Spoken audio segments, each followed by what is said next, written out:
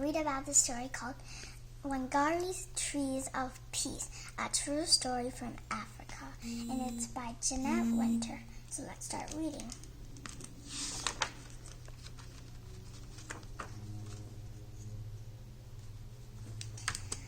Wangari lives under an umbrella of green trees in the shadow of Mount Kenya in Africa.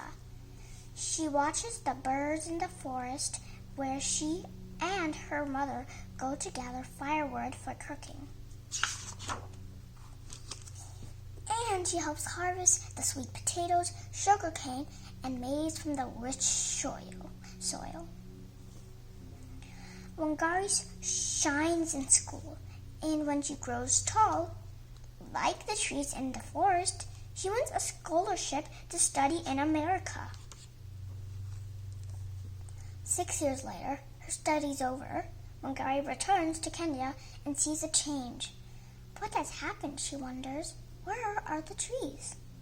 Wangari sees women bent from hauling firewood, miles and miles from home. She sees barren land where no crops grow. And where are the birds? Thousands of trees have been cut down to make room for buildings, but no one has planted new trees to take their place. Will all of Kenya become a desert? She wonders as her tears fall. Wangari thinks about the barren land. I can begin to replace some of the lost trees here in my own backyard, one tree at a time.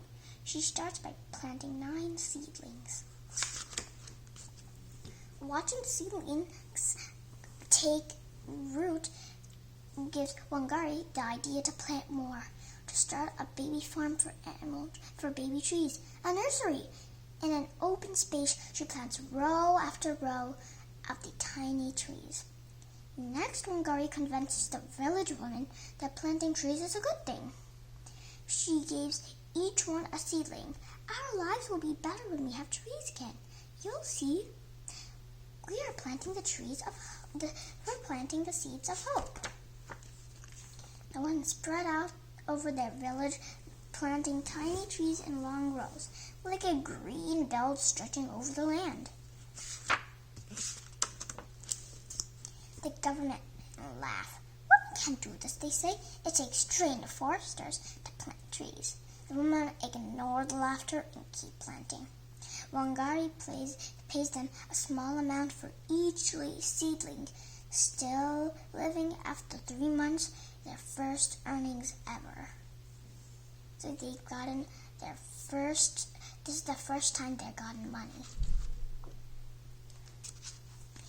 Words travels like wind rustling through leaves about the greed returning to Wangari's village.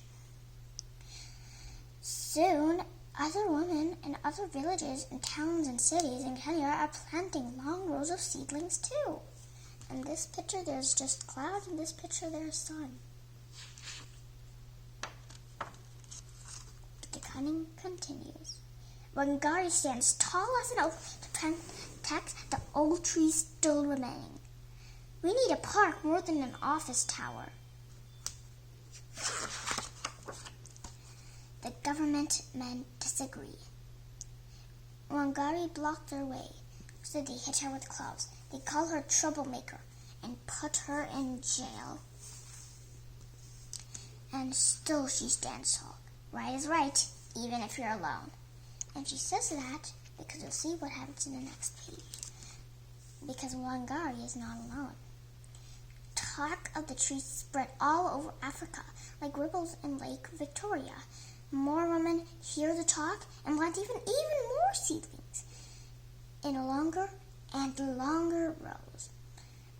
The seedlings take root and grow tall until there are over 30 million trees where there were none.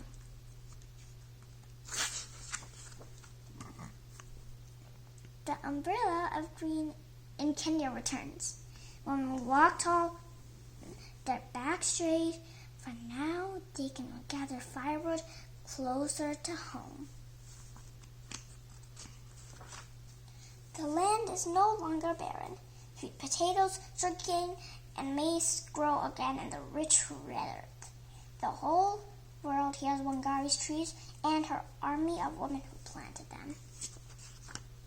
And if you were to climb the very top of Mount Kenya today, you would see the millions of trees growing below you, and the green Wangari brought back to Africa.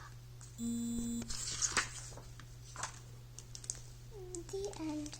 I hope you love the story, Wangari's Trees of Peace, and it's a true story from Africa. So, bye. I'll see you next time.